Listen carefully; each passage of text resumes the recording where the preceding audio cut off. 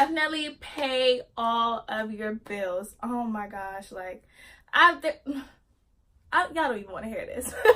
Hey guys, welcome back to my channel. It's your girl Toya. Hey, a Toya. A Toya. Hey. Alright guys, welcome back to my channel. Today I wanted to talk to you guys about moving out at 18 and coming back home. Yeah, so basically I wanted to give you guys a couple tips. I want to let you guys in on my personal story and what to do and not to do when you wanted to move out your parents' house. Okay, so let's go ahead and start my story. So basically I moved out at 18. I went to college, so we had our own apartments. I did have suite mates, so we did have to pay our rent. My rent was about $900 a month. So I was working at the time. I don't know how now that I think about it, I don't know how I was paying my rent. I was working at like a trampoline place. I forgot what it was. It was a trampoline place. Oh, but I also was working on campus, so I was getting like a work study check. I was grinding. Okay, so I was doing that. I was making my checks or whatever, so I did have to pay my rent monthly.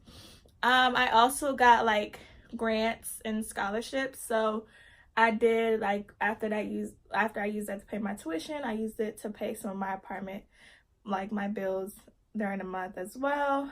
My parents were paying for my phone bill, so that was an expense that I didn't have to pay. I didn't have a car note at the time, and my parents were paying my car insurance, so that was a good thing. I just had to really worry about my own expenses and then my rent. So I moved out pretty good. I was working. My rent was getting paid. I definitely learned how to budget my groceries, but all of the suite mates would put up and like go grocery shopping together, so that kind of helped all of us. And then so I graduated college. Woo!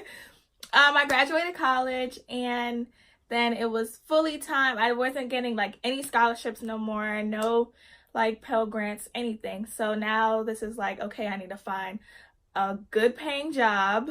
I need to figure out like how I'm about to pay this expensive rent that all of us are paying. And I'm paying $900 a month by myself. So I had 3 other suite mates, so they're all paying $900 as well.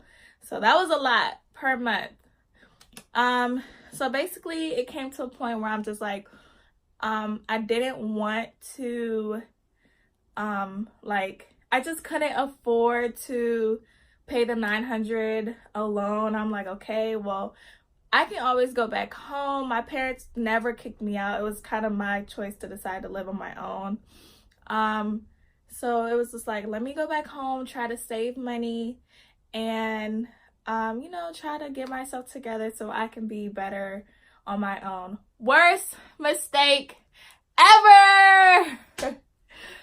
After you move out, do not come back home. I'm trying to tell you guys that now. Like, you are not, like, you're gonna love your freedom that you have, like, when you're by yourself. You don't have your mama, your daddy, or whoever your parent guardian is coming in your room like, you need to clean this up, or can you buy this, can you buy that, can you do this, can you do that. Like, sometimes you just want you time, like me time. Like, sometimes I just need me time, and you can't always get that when you have your siblings, your parents, and everyone at home.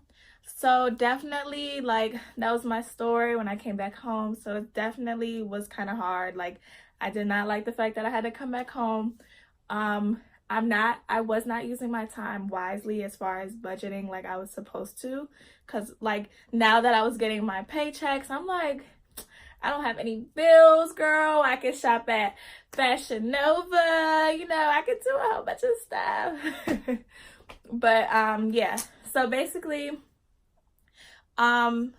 here's a few tips that I wanted to give you guys on what to do when you move out and you're not trying to come back home. Step number 1, budget, budget, budget. Like, this is the most important thing that you need to know, is to budget. If I had budgeted my time wisely, I would not be back home, you guys. Like, I would know, like, okay, I have this expense, like, definitely writing it out. Let me know in the comment section if you guys want to see my budget list and how I budget monthly and how I do all my tasks and expenses each month. I can definitely show you guys how I do that.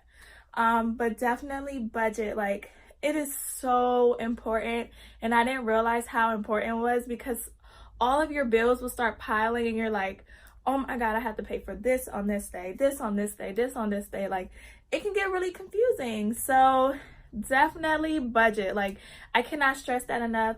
Even when you're moving out with your parents, budget. Make sure you have the all the funds. Make sure you have a job that's good paying. To live where I live, I believe you need to make at least over $15 an hour to live in a decent apartment, or if you wanted to start off an apartment, because it's very expensive. Rent around here is like maybe $1,500 or, you know, or higher to get a good, like, decent apartment with some appliances.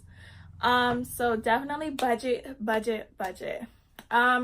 Step number 2 is to make sure you're financially stable. So make sure you find a good job. So after you're budgeting, make sure you have a good job that will be able to take care of all your expenses and everything. Like, you definitely need that.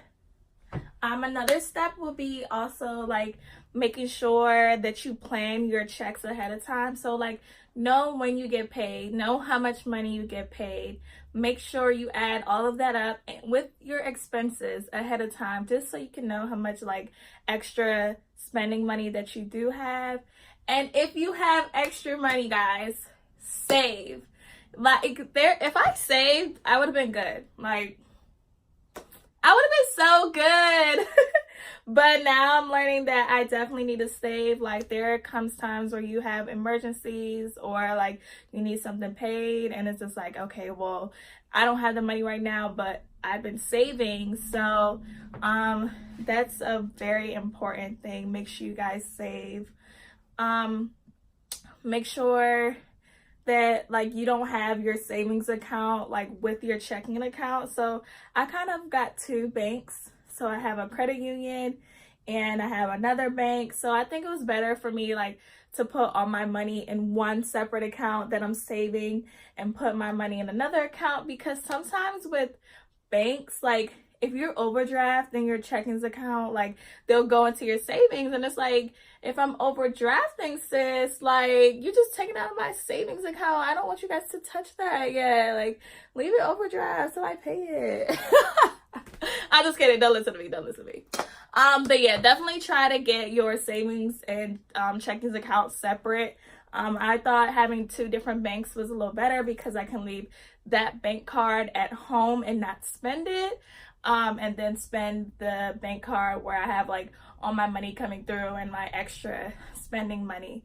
So yeah, guys, that's a few tips. I can also put in, like, what I'm doing now in order for me to move back home. Move back out of my parents' house. Yeah, so definitely save, budget, know your expenses. If you guys have any questions, I am definitely willing to answer. Also, let me know if you guys want me to put up how I budget monthly. I can put a whole screen out and apps that I use and spreadsheets that I use. So guys, continue, watch, like, subscribe, and I'll be back with another video. A video.